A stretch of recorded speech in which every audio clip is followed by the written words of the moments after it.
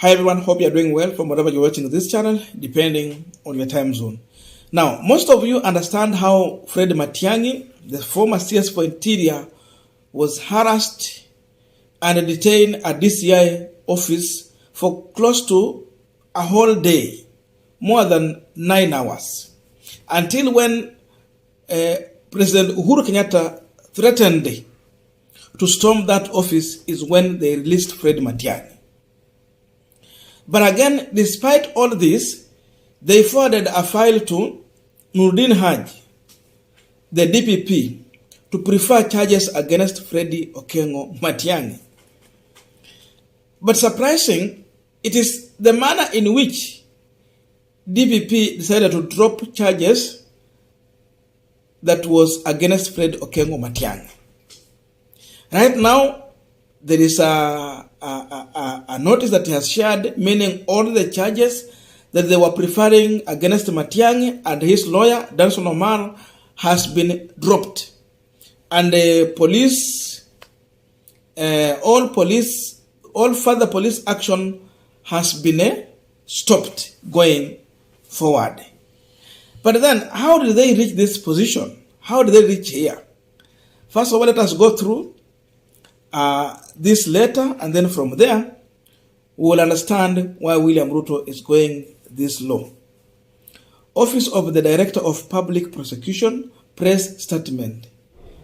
Reference, reason, decision by the Director of Public Prosecution on the inquiry file on the allegations against Dr. Freddy Okengo Matiang'i. The Director of Criminal Investigation forwarded an inquiry file to the Office of the Director of Public Prosecution through a letter dated 17 March 2023 under reference for pursuant and advice, and the same was received by the office on 8 March 2023. The inquiry file relates to allegation that Dr. Freddy Okengo Matiang'i on 8th and 9th February 2023 jointly conspired with another to publish in the media to wit the former CS for Interior was invaded with a garrison or battalion of unidentified people from the security apparatus of this country, either ESCC, either KWS, either the police. The recommendation by the investigating officer was that Dr. Fred Okengo Matiang'i and his advocate, Mr. Danson Omari, be charged for the following offenses. A. Conspiracy to commit a felony contrary to Section 393 of the Penal Code.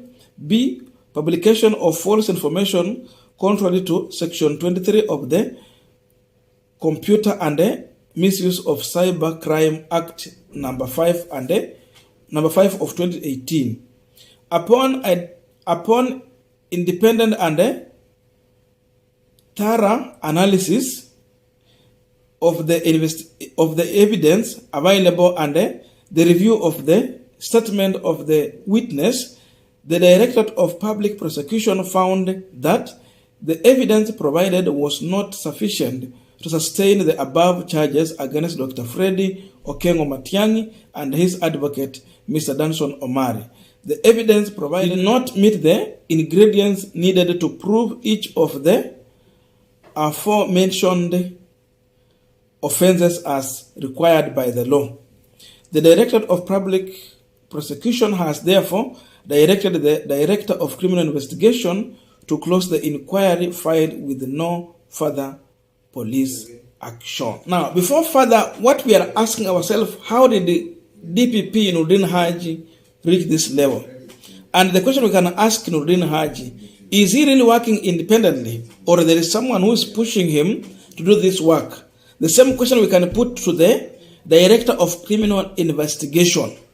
Is he really independent, or is being directed by someone to do his job? Because what we understand is that Freddy Okengo Matiang'i was seen somewhere in a meeting together with the CS for Education, Machogu in a meeting for preparation of William Samoei Ruto's visit to Kisii County in the homecoming Thanksgiving service of the CS for Education Machogu. Homecoming is coming, and Ruto is going to Kisii. So the first thing Ruto knows is that he will be an unwelcomed guest if he gets to Kisii with the kind of charges and harassment that Fred Matiang'i had gone through. So the best thing to do is to drop these charges before heading to Kisii. And also, at least bring Matiang'i closer to his administration. Let him be seen in the activity that is going on in that area. So you see, Ruto is forcing Matiang'i to support him. It means by the time Matiang'i accepts to sit down with Machogu in a meeting to prepare William Ruto's visit to Kisii County is when these charges were dropped. Matiang'i should be very careful. Working with such people who want to put blame on you where it does not belong, people who want to force charges on you where you don't have any problem. Look at that. It means Ruto is one president who will go out of his means to force anyone to support him. Because how can you describe this situation? Tell me. Ruto is acting the same way we saw Moi acting during those times. Even Kibaki never go to that direction. Kibaki never went in that direction. It's only Moi and of course Kenyatta. For Kenyatta we can forgive him because Kenya was still just a new baby. Of course for Moi, he was still stabilizing this country in terms of security and other things. But again, after ruling for 10 years, we were supposed to have a stable economy and not going into that direction. But that's how Moi used to rule. It's either you are with him, and if not, he's crushing you. And if need be, he will force you to support his agenda. Ruto is literally forcing Fred Okengo Matiang'i to support his agenda. If indeed Ruto was genuine, there are CSS Ruto could have considered to work with, despite the fact that they never supported him, because of their reputation and how they have been able to serve this country.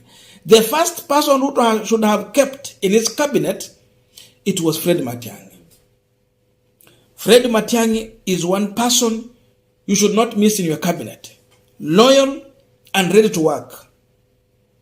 Like right now, whatever we are having in this country to do with security, I think Fred Matiang'i would have offered that best advice and he would mean what he's saying.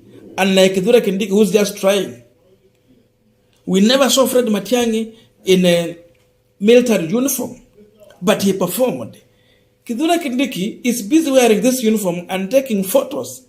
Another person will be the late George Magoha.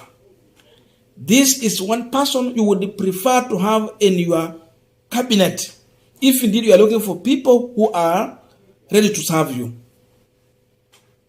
But Ruto neglected these people. So coming now and trying to coerce Matiang'i, intimidate him so that he can support his idea, it is too late. It shows the kind of leader we are having in this country. A man who wants to gag your freedom of association, freedom of speech, freedom to criticize the government and whoever you wish to do so. That is the character that is coming out from this act. There's no any other better way we can explain this, but we can say this is a dictatorial regime trying to impose the agenda on people. So if Fred Matiang'i would have not attended that event with Machogu, so what would happen? It means these charges were going to proceed. This also tells us something, that DPP is not working independently. This office is being used politically to solve political problems or political agenda of William Samoei Ruto and his regime. Nuruddin Haji is not independent.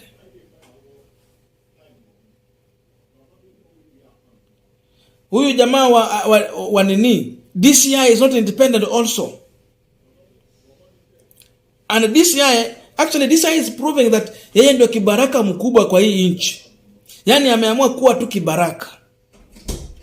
Because if indeed he was doing the right thing, there was no way he would prefer charges on someone when he knows that really there is no any evidence to prosecute such kind of case. And I want to tell you, even if this case was going to go to the court, of course it was going to die there. They will have no preference. They would not have succeeded with such a case going forward. That's why you see they have to do this intimidation, delay it, harass Matiang'i, and then let him fall into the trap and then support your agenda. Fred Matiang'i should be careful. Working with such people, it is dangerous. Even you don't know what they are looking for, as they bring you closer to them. They might have a different idea. People have weak mind. So when you are with them, you should be careful. Imagine they have forced him. They limit his movement. They frustrate him. They destroy his house. A CS who has served this country for 10 good years, really. Someone just come and bomb your house. They know Fred Matiang'i could be holding to serious classified information, of course we can say security information of this country. So all those intimidation, Fred Matiang'i know too much also about them. That's why you see this intimidation.